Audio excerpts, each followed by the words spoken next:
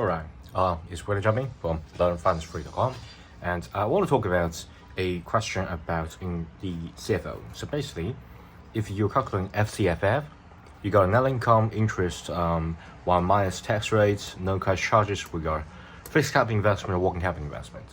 And if you combine these three, I believe we already discussed this earlier.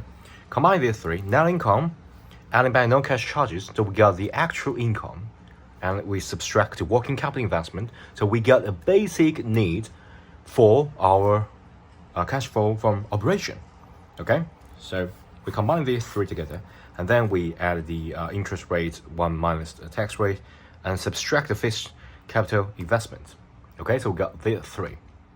So if you think about this, the CFO already consider we already consider the working capital investment, right? So say there are some changes in working capital investment already reflecting the CFO, because we calculate that by combining these three together. So you might think, yeah, hey, well, does the CFO reflect the non-cash charges? Of course, it reflects. Does CFO reflect the net income? Of course, it reflects. So CFO already reflects changes in working capital, investments affects the non-cash charges as well as net income. So if you are seeing something like this, you're going to say, hey, yes, the CFO do reflect all these changes regarding these three. Okay, if they ask you, they are testing whether you know this to this. Okay, let me show you another one. So for example, if you're using EBITDA, we combine these two together. We got this EBIT,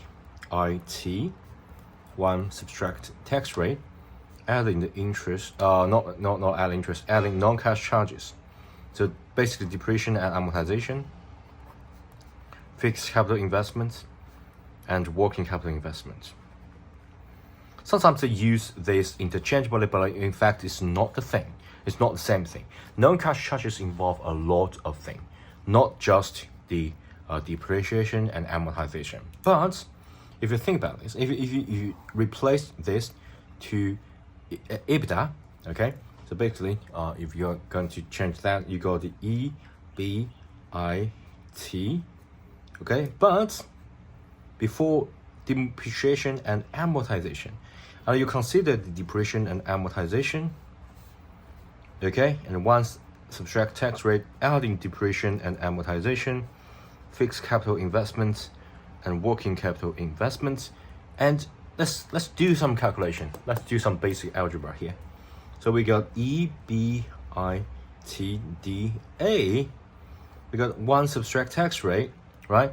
Now we got the minus this part, but we're going to just add that. So the one cross out, and we're going to add the tax shield of depreciation and amortization, okay, and subtract fixed capital investments and working capital investment.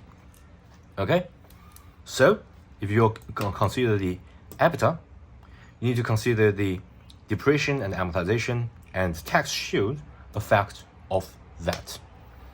So when you are depreciation and amortization already been added back, okay, because you need to consider that. And yeah, so EBITDA already adding back the depreciation and amortization, and the tax shield already been reflected when you use the EBITDA to calculate FCFF. Okay, so just two things you need to consider. And yeah, and of course,